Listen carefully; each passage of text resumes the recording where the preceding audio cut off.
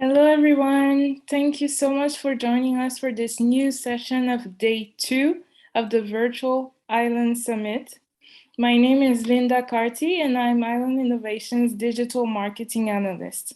I am from the beautiful island of St. Martin in the Caribbean, but I currently live in France. In this new session, we'll broach building bridges between SIDS and the African region for COP27, and I'm really looking forward to it.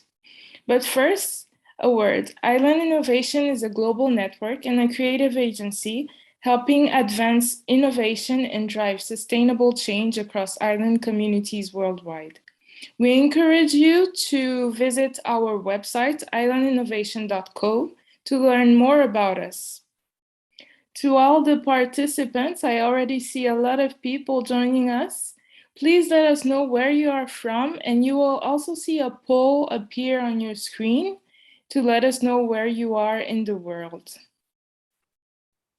So I see people from the Bahamas, Scotland, Sweden, Indonesia also, the Philippines, a lot of different people from around the world, and we're very happy you're here.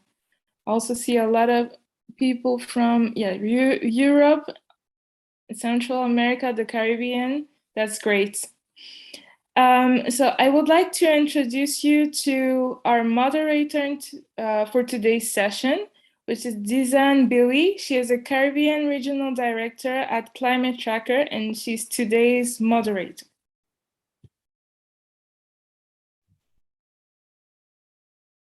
Hello, everyone. Hi, and welcome to this session of Island Innovations Virtual Summit 2022. As Linda mentioned, my name is Dizan Billy, and I'm joining you today from the lovely twin island of Trinidad and Tobago. I'm the Caribbean Regional Director at Climate Tracker. Climate Tracker is an international journalism network of over 22,000 media and communications professionals. And basically, we focus on creating opportunities for young people in the global south to get training and to publish stories about climate crisis and the environment. So this year, we're really happy to be one of the media partners for the conference. And I am pleased to be a moderator in this session today, where we'll be talking about building bridges between small island development states and the African region for COP27. So I'm really looking forward to the presentations that we have today, and as well the discussion that we will go into a little deeper later on. So please write down your questions, keep them in mind for when we have our question and answer session, so we can have a really healthy discussion about this very critical issue. And there's been a call from the Alliance of Small Island States to show greater leadership in the fight against climate crisis by calling for the advancement of loss and damage response financing at this year's COP. This is of critical importance to island nations, as we all know. Similarly, at a recent meeting in Senegal, the ministers and heads of delegation of the least developed countries placed great emphasis in their statements on, and I quote, the critical importance of establishing a finance facility for addressing loss and damage. So this is something that you'll find across the board, the similarities between island states and African nations and what we are calling for at COP. So today, I'm pleased to introduce you to our presenters who will delve into these topics with us. Firstly, it gives me great pleasure to introduce Keisha Farnham. She's the Director and Public Sector Projects at the CCSA, with over 15 years of experience focused on innovation for growth across a variety of sustainable development sectors. Keisha is a project manager whose work has traversed multiple thematic areas. Keisha holds a master's in project management with specialization in the economics and of oil and gas and the renewable energy from the University of Liverpool, and she also has a BSc in psychology with a minor in sociology and management. Keisha, her work has traversed several thematic areas, including climate change, eco-agritourism, regenerative agriculture, active labor market stimulation, education and leadership management for the public sector. I'm very happy to introduce you to Keisha. Keisha, the floor is yours. Thank you very much for that really great introduction, Dizan. Really pleased to be part of this conversation today.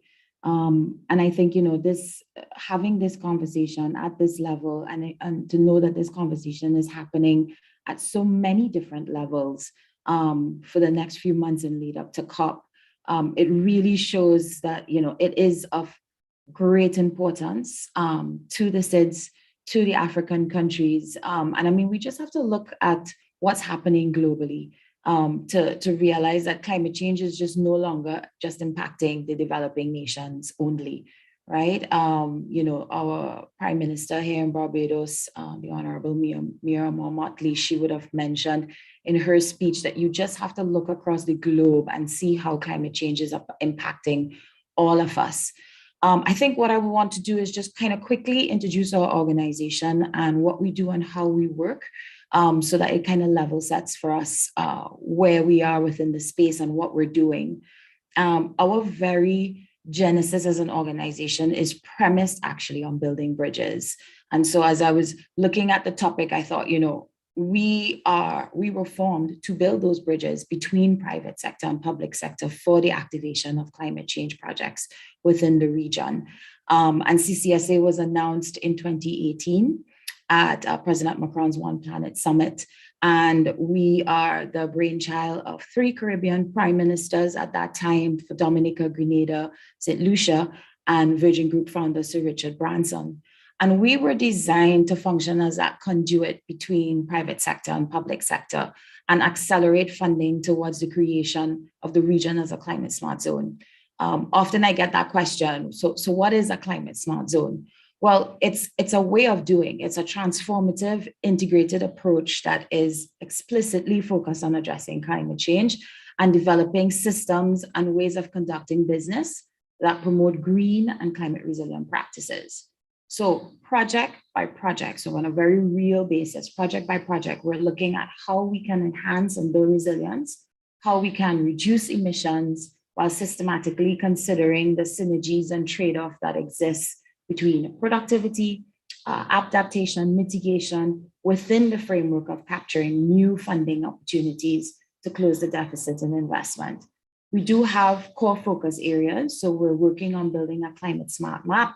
We work in the area of renewable energy, 30 by 30 nature-based solutions, the blue economy, and that also includes climate smart agriculture, as well as economic resilience through the creation of green jobs.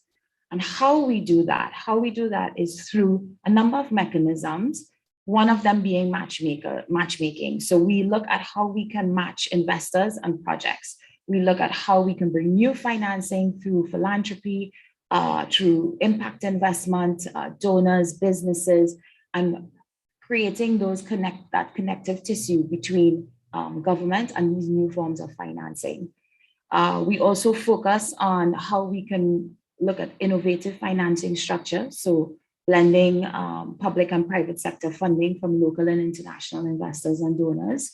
And because we are made up of very small individual nations, we understand that we have better leverage together. So we look at the aggregation and the packaging of opportunities to be able to create economies of scales across our various geographies. We have 28 member countries.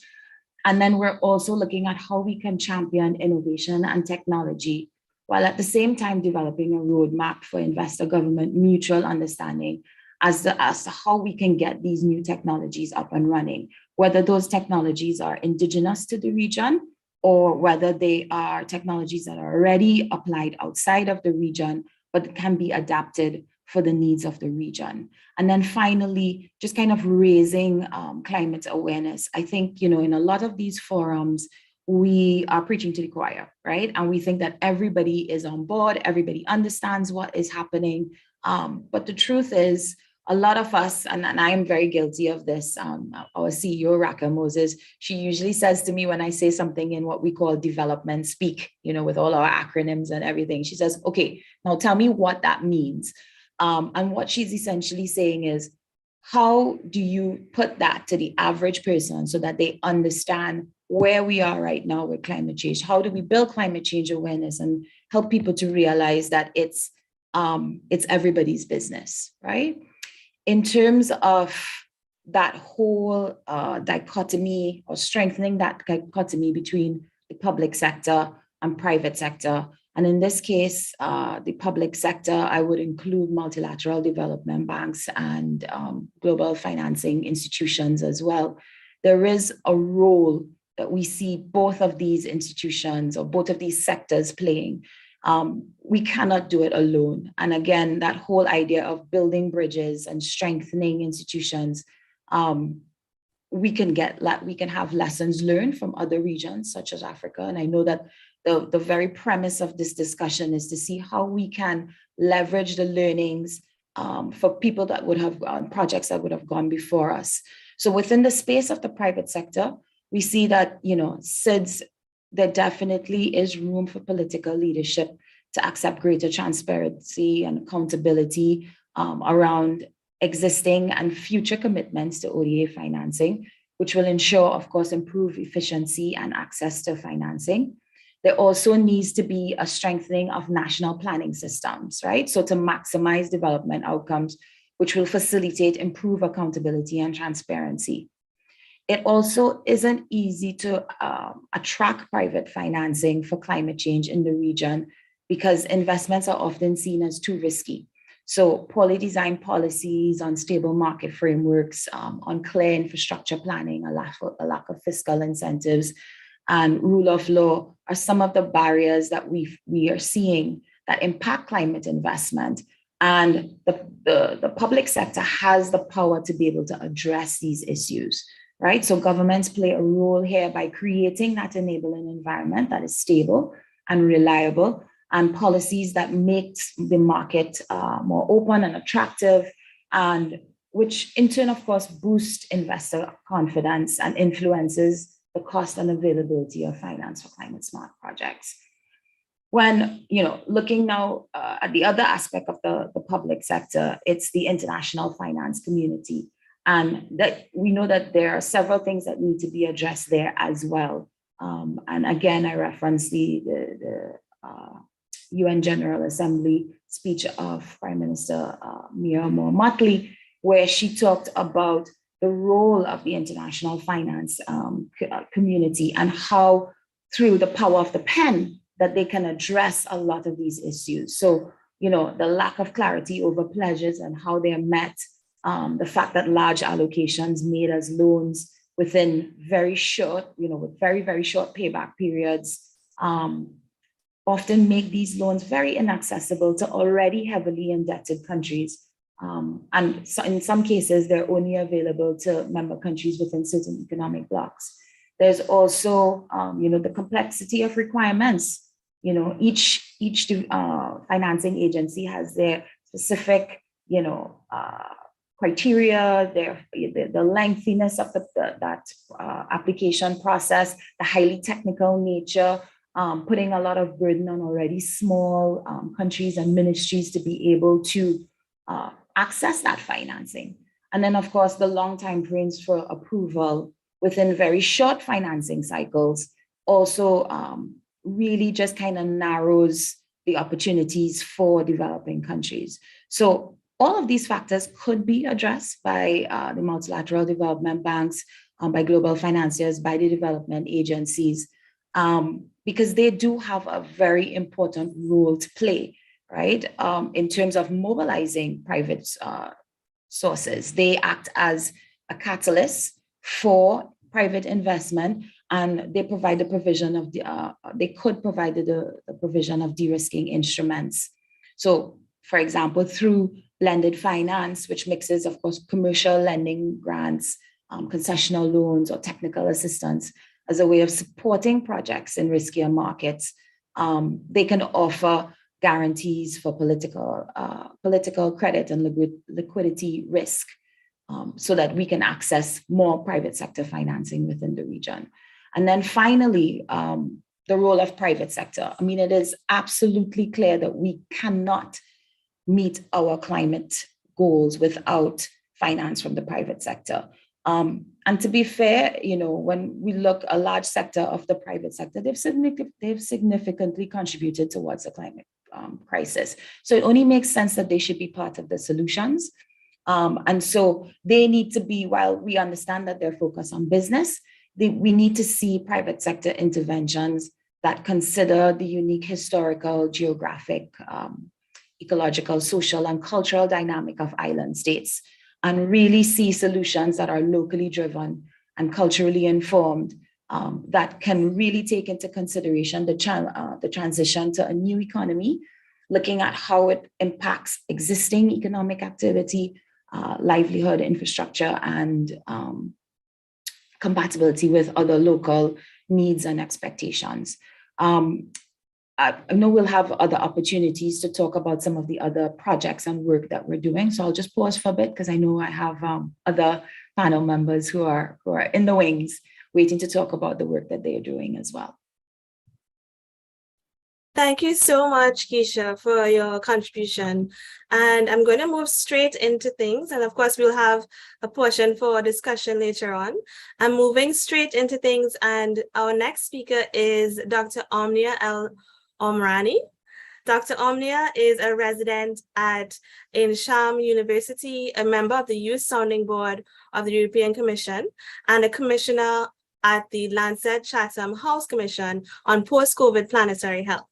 Dr. Omnia served for 6 years at the International Federation of Medical Students Association as National Public Officer, MENA Focal Point, and Liaison Officer for the public health issues representing more than 1.3 million medical students, leading their global advocacy and policy work on climate change with the UNFCCC, UNEP, and the WHO. Additionally, Dr. Omnia has served as a member of the UNFCCC Youth Constituency Youngo, as consultant for adolescent health at UNICEF New York, and associate for women leaders for planetary health. Dr. Omnia has published research papers on climate change, food systems, and health in The Lancet, Nature, and other distinguished journals. Dr. Omnia, we're very happy to have you, and the floor is yours. Hello, can you hear me? Yes, we can hear you. Okay, perfect. I'm sorry, I'm just trying to adjust the sound. Just to make sure that you can hear me clearly. Okay. Yeah. So hello everyone, I hope you are well. Thank you so much for having me at this very important summit. And I'm really looking forward to welcoming you all in Sharm el-Sheikh in COP. So as you all know, and as mentioned by the amazing moderator, I'm such a big fan and a follower of Climate Tracker since my very first COP that was in Poland. And I'm very grateful for you for having me. This is the first time ever there is an envoy for young people led by or appointed by the COP presidency. And it gives me such a great honor to really share with you, what are the plans and the way that we want to transform the engagement of young people at this COP, because this COP is the first time in 6 years it will be in Africa. Africa is the most youthful population, continent with the most youthful population of over 420 million young people. And we really want to bring a transformative shift in the way young people are engaging beyond just participation or organizational events, but to be integrating their inputs at the heart of the negotiation process across all the agendas. And one of the key areas that we want to bring in this COP is to place adaptation and loss and damage at the forefront of the negotiation process to really mobilize the necessary A, climate finance, B, political will, to protect the most vulnerable and really advocate for not just scaling up climate ambition, but to build climate resilience and elevate climate justice. So I have a very short presentation that I will go through very quickly. I hope you can see my screen now.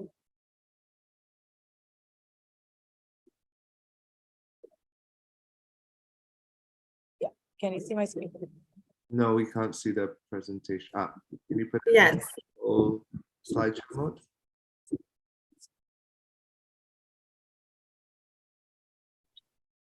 Can you see it now? Yes, please go ahead. Okay, perfect. So first of all, as you can see, this is one of my very favorite photos of mine because it shows an action that we did together, Yongo and my organization, which is the Federation of Medical Students. That was during COP25. And we really wanted to emphasize that climate change was not just about the health of the environment, it's a human health crisis. And this was mentioned for the first time this year by the IPCC report, which depicted climate change as the single threat, and it's the biggest threat to human health and human well-being, as well as the health of the planet. And the Lancet report mentioned that the biggest global health threat of the 21st century is climate change. And this really brought in the narrative of this year's report that climate change is a code red to humanity, that we need to respond fast, which was necessary to bring in the urgency to the climate crisis, as well as how disproportionate it is when it's impacting populations that contribute the least and that they are impacted most. And then one of the greatest impacts of climate change that we are seeing now, as you can see, we have the flooding that is in Pakistan that has led to the displacement, death, and injuries of millions of people.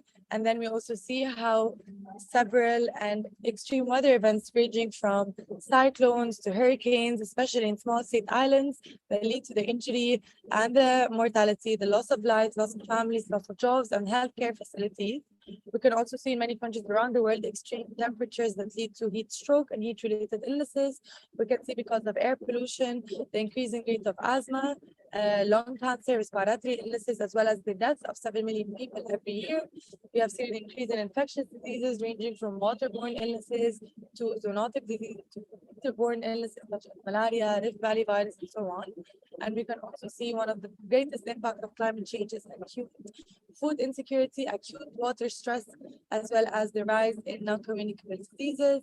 And very important to emphasize that there are gender as well as socioeconomic vulnerabilities that really brings in the disproportionality of the impacts of climate change, and why this is an intergenerational as well as a climate justice issue that needs urgent action and seriousness. And then this is the present that we are living in. We are seeing an increase in wildfires, vector-borne diseases such as malaria, dengue, and cholera. We have seen how more than 19% of the land around the world is affected by extreme drought. We have 7 million people dying because of air pollution. And then we can also see many and millions of people around the world displaced because of extreme weather-related events. And we are expecting that 1.5 billion will be forced into migration because of climate change, as well as the sea level rise, desertification, food and water insecurity. And it's important to know that a child born today is going to face 4 times the rate of extreme weather events that we are seeing right now. And this really brings in the urgency that we need in climate solutions, whether it's mitigation or adaptation.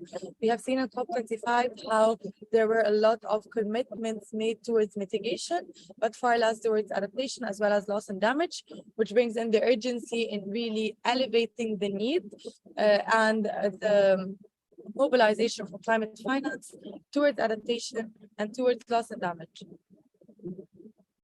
And then, as you can see, this shows how the least responsible countries around the world to climate change impacts are the most affected. And then this is why we need to have a multilateral collaboration between high-income countries to support low-income countries who are the worst impacted by climate change, how the transition that we need towards a low-carbon future needs to be just, and understanding of what are the capabilities, which brings in the importance of emphasizing common but differentiated responsibilities, where we all have the same common goal towards climate action, towards building climate resilience. But at the same time, we need to do it in a way that is just and differentiated in terms of countries' capabilities when we're thinking about developed and developing countries. And there's also the importance of funding climate adaptation and loss and damage and getting the necessary support for that. And then the decarbonization happening more on the high income countries as well as corporations, and how different philanthropies and funders can help this gap. And then also looking at intergenerational justice, because as young people, we are the most affected. It is our future, our health, and our prosperity. But then we are the least contributors to the decision-making process. So just to be very quick, what is my role and how can you contribute to the UNFCCC process? As we know that this year, it's not about the NDCs or the national climate plans, it's about the pledges and taking it into implementation mechanisms. And as young people, we want to bring in at the forefront adaptation and the loss and damage agenda. And at the same time, as youth, we are part of YONGO. We are an independent constituency that has a voice and also needs to work together with the same messaging to bring in the urgency when it comes to the implementation of the climate commitments being made and the evaluation of the process and countries' national climate plans. Finally, how can we engage at COP together with me as the youth envoy, but also with the presidency and with YONGO? This year, we want to transform the engagement of youth. We want to do that by promoting intergenerational dialogues between policymakers and young experts. And this will take place on November 10th during the Youth and Future Generations Day, as well as the first time this year, we're going to have a youth pavilion. So we have 2 weeks of youth-focused events at the heart of the blue zone of COP27. We want to inspire, mobilize, and unite youth. This is why we are launching the campaign Youth for COP27 that will aim to amplify the work, the grassroots efforts led by youth on a local level. And then finally, by developing partnerships and resources through youth-led consultations that were held in Gabon, in New York, and a series of virtual ones as well with different youth-led groups, but also providing support to youth who will be coming at COP through accommodation, funding, as well as building capacity. So thank you so much. I hope I didn't cross my time. This is from the consultation at Gabon. I'm really looking forward to your questions. Thank you. Thank you, Dr. Omnia. And this is a really great space for fostering innovative partnerships as well. So I'm looking forward to the discussion that we will have later on. Next in our panel is Yasmin Encelad, sorry. She's from the SMO Solar and Island Innovation Ambassador. Yasmin Encelad leads business development for SMO Solar Process, a modular solar-powered bioenergy with carbon capture and utilization technology that turns carbon-based waste into affordable green hydrogen. The system also recycles the carbon into valuable industrial feedstock and can be used in low infrastructure in locations. With an MBA background, she has worked in innovating multi-million-dollar early-stage projects and felt a strong calling to promote island leadership on climate issues with SMO Solar Process. The first recipient of the Solar Impulse label in the Caribbean and recent laureate of the UN-sponsored Ocean Innovation Prize. Oh, that was a lot. Yasmin, thank you so much for being with us. Hi, Dizan. I'm very sorry, everyone, because construction work just started right outside my office. So sorry about the noise. So, well, I'm Yasmin Encelad. As Dizan said, I was born in Guadeloupe, which is a tiny French island in the Caribbean. I studied in France and the US. And I'm very proud to be back in my island and sharing at international level that we also think about how to fight against climate change, that the hardships that we face give us a unique perspective on how to do more with less, and that our voices need to be heard in the name of climate justice, but also because we're doing good things. So I'm going to share a quick presentation with you. Just 1 second. Oh, sorry.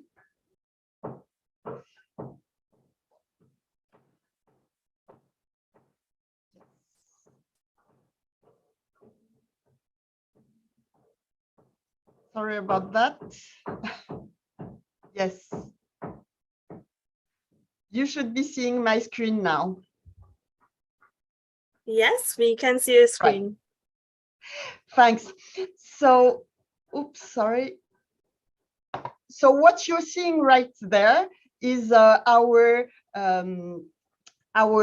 solar energy autonomous modular technology that turns any type of carbon-based waste into affordable green hydrogen at below $3 per kg and other valuable outputs within combining within the same process renewable energy, circular economy, waste management, that are issues at the heart of what COP27 is supposed to incite action on.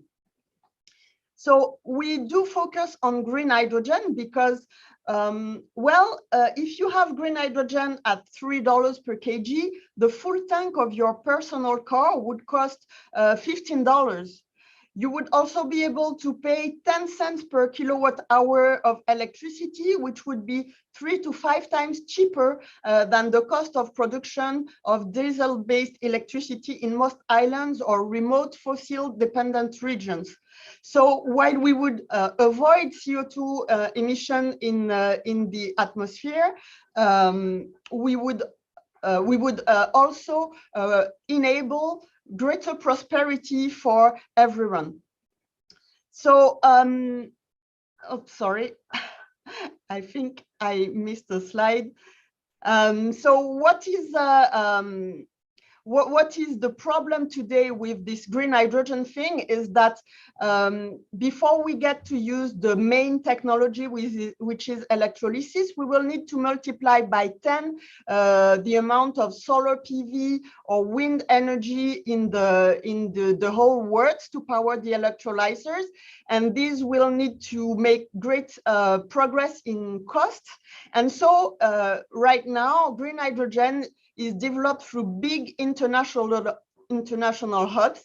And when you're beyond these hubs, like in islands, well, you're going to wait to access that, and you're going to pay a lot more. Well, we are the one to be suffering first from the impact of climate change, and we have our place to have leadership on these issues, and we have valuable markets to address. I was talking about electricity. Well, if islands want to transition with a stable alternative to diesel, well, we are talking about a 7 billion markets per year. So there are lots of things that we can do by ourselves, for ourselves already. So SMO solar process is an energy autonomous technology that was developed by an islander thinking about, you know, things that affects us, like maybe we have low infrastructure. Well, we don't need external electricity to power these machines. We use 15 times less land than solar PV at same capacity. And we can use any type of local waste to feed this machine. So in the Caribbean, we can use sargassums. In other countries, we can use waste biomass, we can use plastics, we can use tires. So really using local resources and building with local networks and people to have affordable green energy and additional products. And the units are container sized and can be added up to scale and enabled to offer local answers at industrial scales. So when we do that, when we use such a bioenergy with carbon capture and utilization technology, well, we have dual actions on climate change, because through bioenergy, we avoid new CO2 emissions, and through carbon capture and utilization, we capture CO2 that would otherwise go back into the atmosphere. So with SMO solar process, anytime we and address the needs in energy of 1 million people, we avoid or capture 2 million tons of CO2 per year. So it's something that's really doable and that we are getting started on right now. And when I say we're getting started, of course, it wasn't done in a day. So we've been working for 10 years on this progress. And that's where I will circle back to islands and African regions being seen, because we've been developing this technology, but we've been presenting it at international competitions in the last 2 years and winning a lot of awards and exposition. We were invited by the New York Times at COP26 in Glasgow last year as a climate innovator. So this enabled us to get first funding for this company. So it's really important in the context of the COP or of climate justice and progress on climate change to give our islands, our developing countries, a chance to show that we are actors, we are leaders, and we have a reading of what's going on in our countries and how we can address it efficiently. And so just to conclude on the fact that we can build bridges between SIDS and African countries. Well, you can see on this map that our technology is fit for a lot of countries, a lot of islands, and a lot of countries in Africa. So we really do hope that we get to fight together to offer solutions that fit all and that benefit our population with a local development. Thank you. Thank you, Yasmin. That's some very interesting and innovative energy development information. I'm looking forward to discussing that a little bit more as well. Our next speaker is Basil Angaga. He is the Chief Sustainability Officer, County Government of Mombasa. Basil is a co-founder of the Governor's Youth Leaders Program and Chief Sustainability Officer, as I've mentioned. He is a strong voice for climate action in the County Government of Mombasa. His current work focuses on strengthening multi-sectoral dialogue for climate action. He's also powering young voices in climate change through the Young Leaders Program, Together for Climate Youth Roundtables. Basil is a certified professional in climate finance, environmental governance, and policy dialogue. Basil, we're looking forward to hearing from you. Well, thank you so much, Billy, and I'm greatly honored to be part of this amazing panel. I think I had prepared a presentation, but based on the conversation I've had, I think I've changed my trail of thoughts, and I'd just like to build on from what my colleagues have spoken about. I work for the county government of Mombasa, which is in Kenya. Mombasa is a small island in the west of Indian Ocean, and has a lot of similarities with most of the small island developing states. And I think when I was told that I could get the opportunity to speak here, I was really excited, and I'm glad that I'm part of this conversation. As you'd expect, I think government, our core business is to facilitate an environment for climate action, to develop the necessary policy framework to enable proper climate action. And that is what our core business is. But as we do that, also we have a mandate, because the Kenyan system is it's a devolved system, that we have a national system, and then there's a sub-national system that also gives governments like the one I work for some bit of autonomy to be able to act on issues like climate change, which is of course a devolved function in the county governments. So I think one of our key duties as government is also to be able to mobilize across domains, to be able to bring multi-sectoral approaches in trying to address this challenge.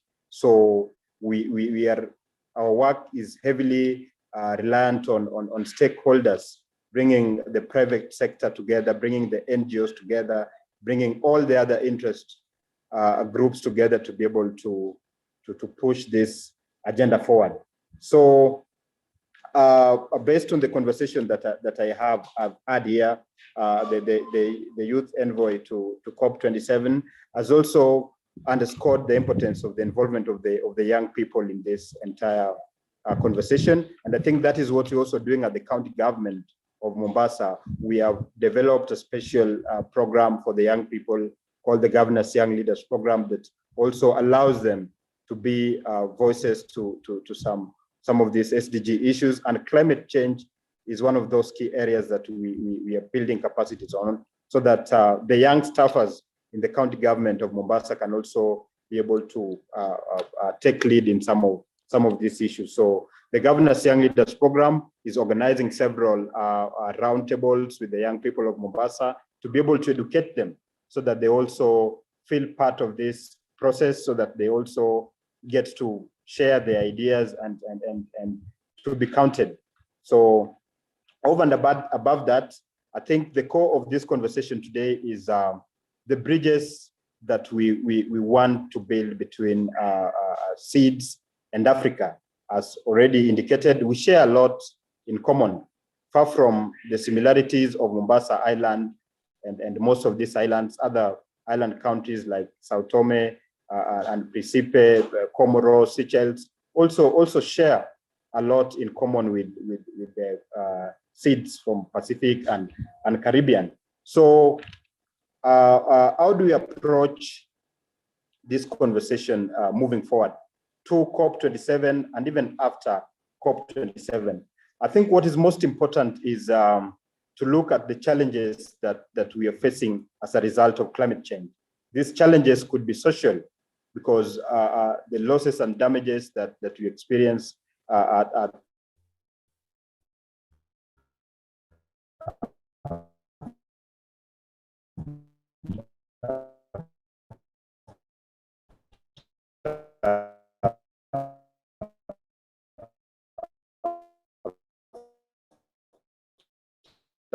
the effects are all a lot of challenges. And I think that presents for us an opportunity to link Africa and the SIDS because there's shared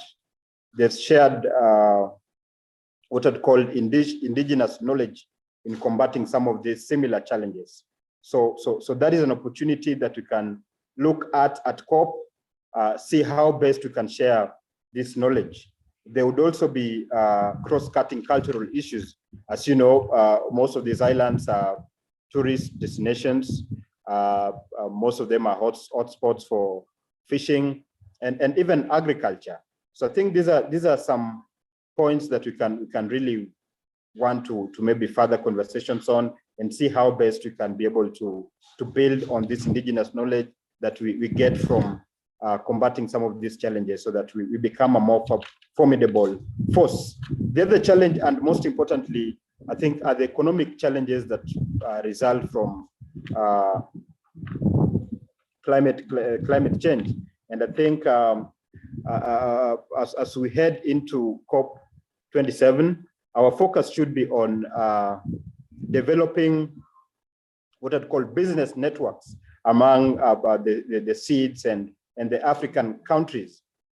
This time, I don't think it would make sense to go looking for aid. I think it's time to now focus more on how best you can come together and unlock what I'd call the domestic financial markets, so that we're able to also activate a bit of financing from within these countries. Linked to that so closely would also be challenges around policies and political goodwill that I think are also cross-cutting. So I think we could also start exploring ways through which you can maybe share notes on some of these policies that have worked, how are they initiated, and how are they being implemented across this region, so that we are able to also build on that front together, so that we can also access funding that are limited with our policy frameworks. But most importantly is also the political goodwill to network across the regions, that we can be able to, from COP27, maybe build a SIDS and Africa network for climate change, or a climate alliance between SIDS and Africa, and then foster there maybe bilateral cooperations and even city-to-city networks, so that while it's difficult for countries to work together, then we can be able to get cities that share certain similarities to also get to work together on some of these issues. So for me, that would be what I'm looking forward to as we head into COP27, that we need to, even from this conversation, island innovation can be at the center of this, that we have a follow-up, maybe SIDS Africa conference that we are able to now put action into words from what shall have been discussed in the COP27. But then the bottom line is we must strive to create opportunities for business, that it would be easy for an investor like now SMO solar process to come and accelerate renewable energy activities in Kenya or in Africa. So that again brings in a great aspect there of sustainability, that we're able to build a business case and also generate revenue across those regions. I think that would be very important. So I'm looking forward to the discussions as they open up, and thank you very much. Thank you, Basil. Okay, so I'm very interested to have this discussion now. I see a couple of questions have come in. I'm going to ask our panelists to please turn on your video. And we're going to go straight into the question and answer section. Now, I see a question. We have a very interesting question coming in from Robert. He didn't identify where he's from, but the question asks, how will we give all humans access to fair, sustainable energy provision and let them get on with solving their own problems? I think that's a very interesting question. And I was wondering if maybe we can start with Yasmin. Might want to take that question? Well, that's indeed a very important question, because we rely so much on energy for everyday life, comfort, economic prosperity. So, well, today, I think the trend is to combine the most efficient solutions and try to have a combination to lower energy prices. So that's why solar PV are very popular for individual sources, but they are not stable. So you need a base load, and it's been hard to suppress diesel powered or fossil fuel as a base load. Well, that's what we're trying to do with green hydrogen, because you can use it as a dispatchable source of energy. And as I tried to say, when you have a process to produce it where you don't pay for external electricity, you're not wasting external electricity to produce energy, and you use waste, this is one of the ways that we can lower the cost of energy for the people while creating local jobs and enabling development of other activities around this energy production. Are there any spaces that exist right now, Yasmin, for collaboration on this sort of innovative energy technology across the SIDS and Africa? Well, so far we have not have a successful project in Africa. We've managed to finance a first project in Guadeloupe. We're working on financing a project in a Croatian island, so in Southern Europe. But we are very interested, and we've started discussions in African countries to deploy this technology. But one of the things we face, and it's in the subject of COP, is access to finance, because we're early stage, and often in funds for deployment in Africa, we are told that we should deploy first elsewhere, and once we are proven, proven, we can then apply for funds. So it's a matter of, really putting the money where the talk is. If you want to go faster, well, let's go. What do we have to lose compared to, the impact of climate change? So we're really open to finding the right partnerships. That sounds great. So that actually leads me, you mentioned the issue of climate finance, and that actually leads me to the next question, which is directed to Keisha. And Keisha, you mentioned that one of the main challenges that the Caribbean market faces is the issue of climate investment, right? And the Caribbean market being thought of as a risky market. Are there any success stories that you can mention that maybe we can try to model ourselves after? I think before I answer that question, I actually just want to use this opportunity to say to Yasmin, kudos for the work that you've been doing, but to also invite you to join us, right? We actually, one of our newest initiatives is the Caribbean Integrated Energy Market Working Group that would have been established a couple of months ago.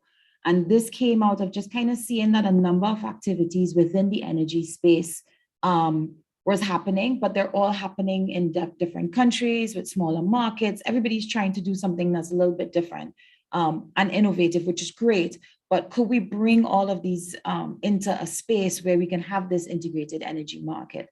And so looking at how we can do this is very much a moonshot idea, but looking at how we can have this single energy export market. And on that working group, we have a number of key regional and international stakeholders at the moment to create this framework and a path forward that includes green hydrogen, that includes cutting edge technologies like what Yasmin and her team are doing. And so we would definitely, post this conversation, I think those linkages are already starting. I would love to have a conversation with Yasmin about that.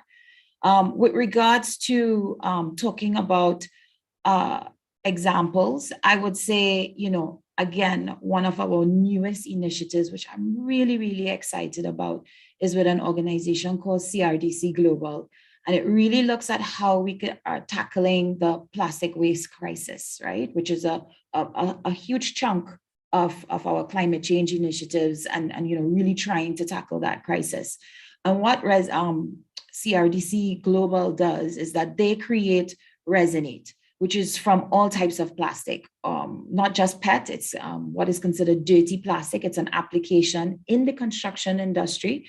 And it's a truly great example of a business-led approach that is rooted in a whole of ecosystem collaboration. So private sector is involved, it's private sector driven, governments, NGOs, and the international institutions. In the case of CRDC Global, they're working very closely with the UNDP in terms of working towards the plastic commitment.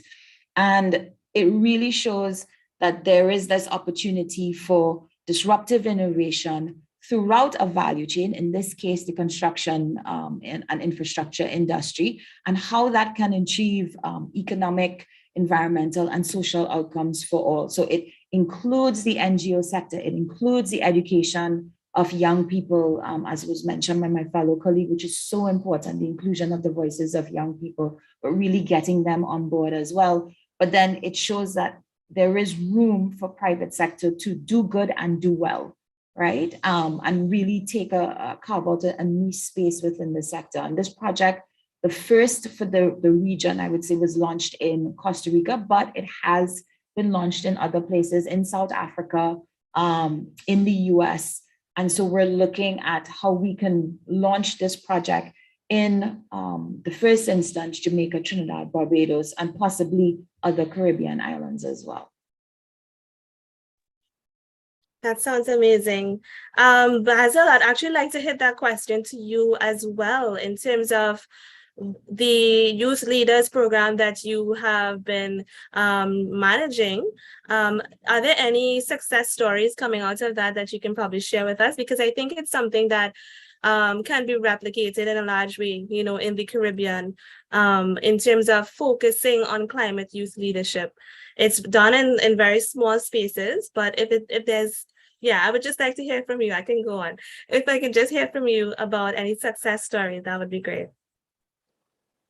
Yeah, I think there are one of such. I think the one we are very proud of is managing to push one of our own into the county assembly.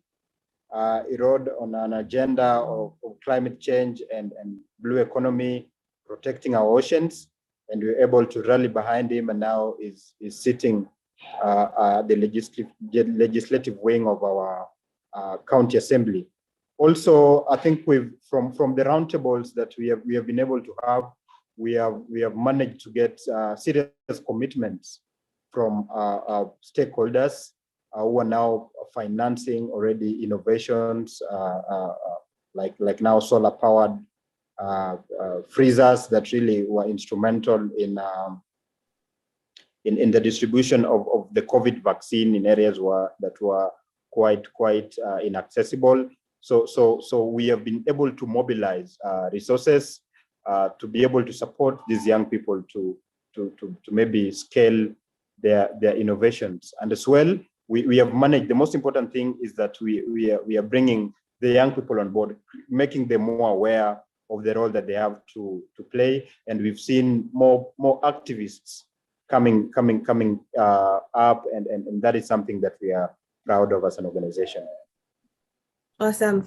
So to close off, I have one last question that I'd kind of like to ask that we go in a round table. And that is if you can just give us your hope for COP27 in a very brief way.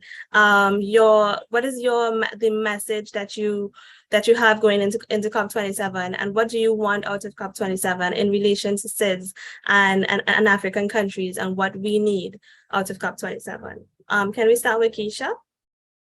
So, our CEO and UNFCCC ambassador, Raquel Moses, she was at the 77 United Nations General Assembly last week, and she has been championing loss and damage and how that can very concretely be rolled out and is applicable to the region. And then, of course, at the ministerial level, we have the Honorable Prime Minister Mia Motley also very passionately championing loss and damage, but also making the very salient point that the G7 and the G20, you can't be making decisions for that exclude 1.5 billion people of color around the world. And so looking at climate justice as something that has to be addressed within the space of loss and damage as well. And what I would encourage people to do is, go to our YouTube channel and listen to the live session that our CEO Raquel Moses did, Ask CCSA live session at the 77th United Nations General Assembly, because it really kind of touches on some of the issues, but also just kind of focuses on some of the work that we're doing. We also plan at COP27 to do a live investor forum. So we would have been executing investor forums throughout the year. It's a triannual investor event where we bring to the space new investors who are looking for climate smart, investment ready projects, and looking at how we can bring those projects to fruition. And so we're looking to that space to really bring those investors together in person in the margins of COP27, and really reinforce to investors that the Caribbean is ready. The Caribbean is ready for investment. We are ready to move forward. We are ready to take charge of our own destiny. Thank you so much, Keisha. And Yasmin, what about you? Well, as Keisha said, I do hope that our country's leaders can make progress on climate justice, climate finance. But my hope is that around COP27, through the many side events, the communication, that public and private initiative get boosted, and that we still get to go forward with innovation and deployment of new technologies to save our planet. So yeah, I do hope that COP27 is an opportunity to again stress how we need to act now. Agreed. And Basil, what about you? As an African, I think I'm quite optimistic about COP27, but not so excited about it. I think this one should be about translating all this declaration that have been happening in the successive COPs into some real traction in terms of investment on climate programs in Africa. So I'm also hoping that we are going to have a follow-up of this conversation, that it is not in vain that this particular conversation was convened. Let us have something as an outcome, like maybe a network between Africa and SIDS that can help us follow through some of these issues and also help us unite on some of these issues. Above that, I also I'm hopeful that Africa will stand together and ask for more transparency, because there's a lot of claims on monies that come to Africa for climate financing, but you can't see the projects. You can't really trust them. So I think it's also an opportunity for us to ask for more transparency. So yeah, that is it for me as we look forward to COP27. Thank you very much.